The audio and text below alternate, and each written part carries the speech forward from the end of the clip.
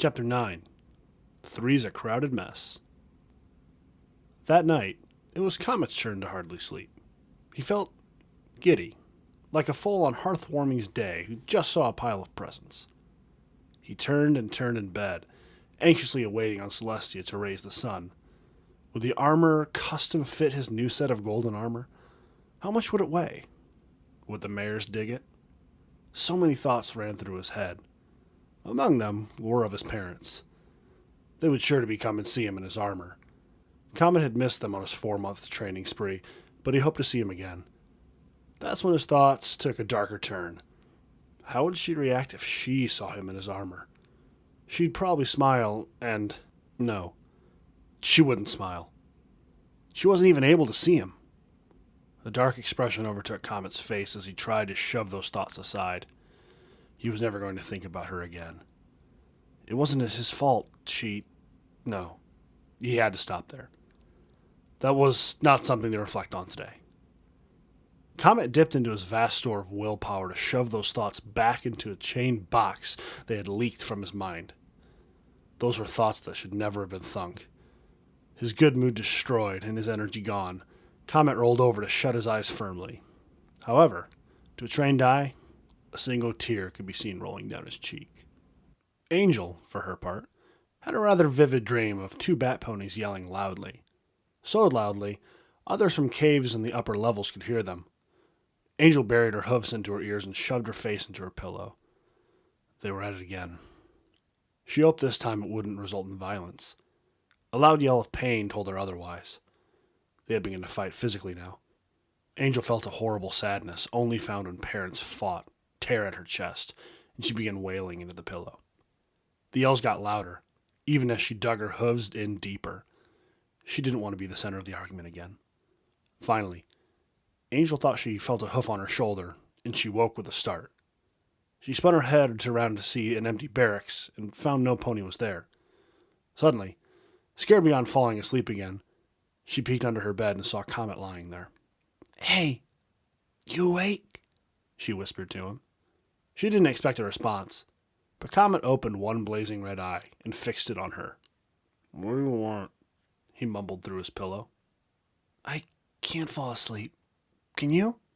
she asked quietly. Comet rolled his eyes and groaned. "Now it's you talking to me." Angel slowly flapped her wings and set herself on the floor next to his bed. As she did so, Comet's eye tried to venture somewhere he didn't want it to, namely her rump. He blushed and immediately looked away, but the image stuck in his mind. It was actually kind of nice. Not too big, but not too small either. Just the right size. Angel turned to Comet as he bucked the living daylight out of himself for mentally even letting that thought happen, but all she saw was him looking up at the top bunk. She extended a hoof and put it on his bed and said, "You know, where I live, it's not uncommon for ponies to share beds, even when it's warm." Comet's mind redoubled its effort to kick the snot out of himself as he avoided making a snide comment, settling for just, "What's that got to do here?" "Well, I had..." Angel was unsure of how to say it to Comet, and Comet prayed it wasn't what he thought it was. He knew the Bat Pony's reputation and didn't want to mess it up with the guard status. "I just, had a bad dream. So I was wondering..." She took a deep breath before continuing. "Could I share a bed with you?" Comet's eye never wavered from her head as she looked down, as if she was ashamed to ask. His mind raced with all sorts of terrible thoughts as he questioned what Angel's intentions were, so he managed to say, "Are you kidding me?" Angel was worried Comet might have taken the question the wrong way, and luckily the dark hit her blush. "Oh, no, not like that, no. You see, my aunt and I used to share a room and bed together, and whenever I had a bad dream, her presence always helped me go back to sleep," she said, before giving a nervous but sincere smile. Comet hoped this wasn't another sinister prank, but as if she read his mind, she walked around the bed and said, "I'm not going to do anything but fall asleep. If I do, then I'll report it to myself and get thrown out. Bat Pony promise." Comet just stayed silent. Here was the worst possible candidate ask him a question that violated every personal space rule, but she was his friend and comrade, so he had to trust her. After 20 seconds of thought, he scooted forward and left a spot open for her. "Say anything, and I will sleep in your bunk," he said, and Angel smiled happily. Without another word, she settled into the bed, snuggling her back up against Comet's, and sighed contentedly. In no time at all, Angel was fast asleep, while Comet was too nervous to sleep. This really wasn't going to end well. Eventually, though, sleep finally found him, and he rested happily. The sound of trumpets woke Comet again, and he groggily pulled himself up. He turned over to find Angel missing from his bed, and he breathed a sigh of relief. Thanks to Celestia, there were no other recruits around. Comet had learned that ever since the Changeling attack, the Royal Guard was considered a joke by the ponies. Recruitment had dropped to nearly zero, and the whole training program was being rebuilt from the ground up. Unknown to Comet, he and Angel were the first recruits to undergo the new Pegasus Bat Pony Guard training, and had successfully passed it. An hour later, after the morning sun, a unicorn guard came and collected Comet and Angel, and led them towards the castle. Angel was as giddy as she could be, bouncing up and down as she walked, and blabbering about excited nonsense. Comet, as usual, took his stoic face with him, and trotted in the same demeanor as the unicorn guard. The trio finally reached the armory in the bowels of the castle, near where the dungeons were. The guard had explained to a very inquisitive Angel that when ponies were in the dungeons, part of their stay was cleaning up soot and garbage from the armory so they didn't lounge around all day. Comet was actually rather impressed by the thought process behind it, but Angel was very vocal with hers. Finally, the new guards reached the armory. The first thing to hit them both was the smell. Sulfur from the acrid smell of slag stung their noses, and Angel protested it. "Ugh, it smells like a rotten egg factory," she complained while scrunching up her nose and face. Comet maintained his straight face, but he couldn't help but agree mentally. The lead guard cleared his throat, and a burly pony the color of burnt wood came up to them. He was a unicorn with cloudy silver irises and several large scars across his face and forelegs. The guard nodded to him, and the burly unicorn said, "So, you're the new graduates, eh? Well, come on, we ain't got all day." He turned and started trotting over to the set of rather large anvils and several wicked-looking tools. Comet obediently followed, and Angel gulped, but still trotted after Comet. A large wooden door was expertly cloaked with tools, specifically hammers, and the unicorn used his magic to swing it open. The hammers rattled in protest from their rude awakening, but Comet and Angel's eyes grew wide when they saw what was behind it. Several sets of brilliantly polished gold armor sat on several shelves, gleaming as if they were just made. On the opposite side, dark mithril armor sat on long rows as well, each trimmed with a brilliant purple. The golden armor spotted a robin egg's blue star in the front, while the dark armor wore an eye made of sapphire proudly on its chest. "Ain't that a purty sight?" the unicorn spoke. "Now let's get you a set apiece." The armorer walked in and grabbed a chest piece and helmet of gold, along with 4 other sets of hoof guards, also gold. He levitated them over to the Comet and said, "Here, try these on for size." Comet promptly started putting it on, but the armor was too big. The helmet sat over his eyes, the chest piece hung loosely around his chest, and the hoof guards were, 3 sizes too big. Angel laughed as Comet stood there, awkwardly. Sir? I think it's too big," Comet said sheepishly. "Oh, it is it?" the unicorn mused. "Just give it a second." Almost immediately after he spoke, the armor began to shift around Comet.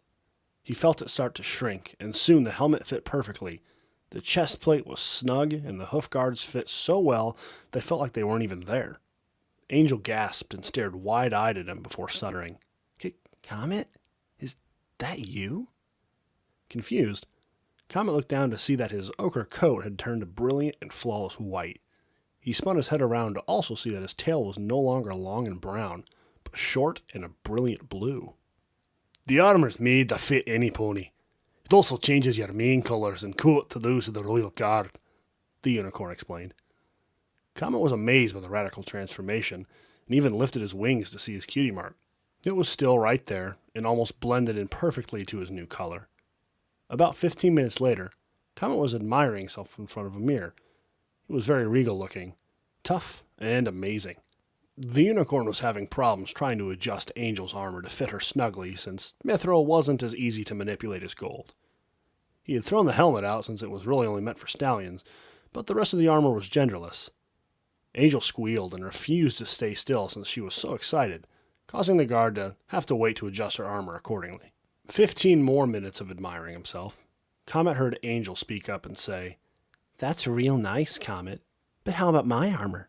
Comet spun around, half expecting to burst out laughing at her disproportionate armor, but fell speechless when he saw her. Angel practically radiated toughness and beauty in her armor. She stood with her head held high, golden eyes fixed on him, and armor gleaming in the firelight of the forges. Comet's heart skipped several beats as she took a couple steps to him and tried to breathe. Sure, he'd admitted Angel was cute, but in that armor, she was positively beautiful, almost as much as Celestia and Luna themselves. He was sure he was blushing as she strode by him and looked in the mirror.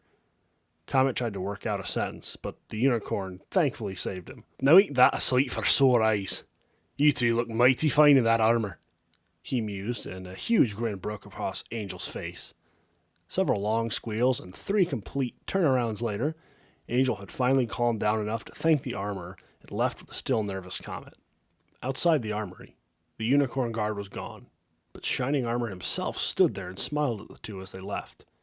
"Wow, you two look like real guards now," he mused, warming both ponies' egos slightly. They both saluted him, and he returned it before continuing. "Privates Angel Beats and Comet Burst. Welcome to your first day of the Royal Guard. Usually we'd make a whole celebration for our newest members, but I have something far more special planned for you. Allow me to introduce."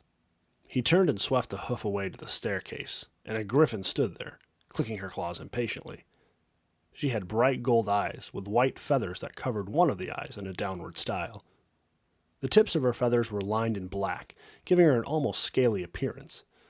She had a black beak and claws with brown rear half. Her tail whipped around lazily as she regarded Comet and Angel with a listless look. "Valerie. She's a griffin sent here to help with the training in pony-griffin relations, and will be joining you on your duties," Shining Armor finished. Valerie walked over to them slowly, keeping her bored look on her face, but clearly on edge. She stopped within hoof's reach and extended a claw. "How you doing?" she asked in a strange accent. Comet reached for her hoof, but Angel beat it by hugging her. "Yay! A new friend!" she shouted happily, and Valerie's face contorted into one similar to Comet's first reaction to Angel's hugs, a mix of shock and repulsion. Comet sighed as Shining Armor grinned awkwardly, and Angel forced Valerie to stay in her grip, even as Valerie tried to pry her off. They were going to get along just fine.